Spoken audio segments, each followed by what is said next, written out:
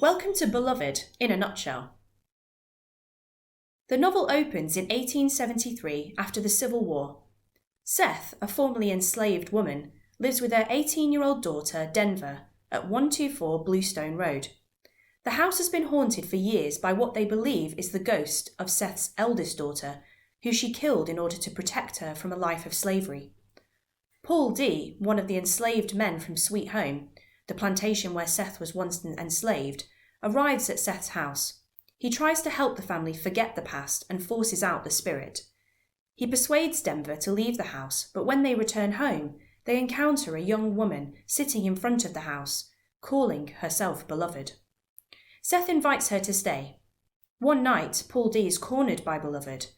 They have sex and his mind is filled with horrific memories from his past. In the novel's climax, Denver reaches out to the black community for help. Some of the local women come to the house to exorcise Beloved. At the same time, a white man, Mr. Bodwin, has come for Denver, who asked him for a job. Denver had not told her mother, and not understanding, Setha attacks the white man with an ice pick. The village women take her over and Beloved disappears.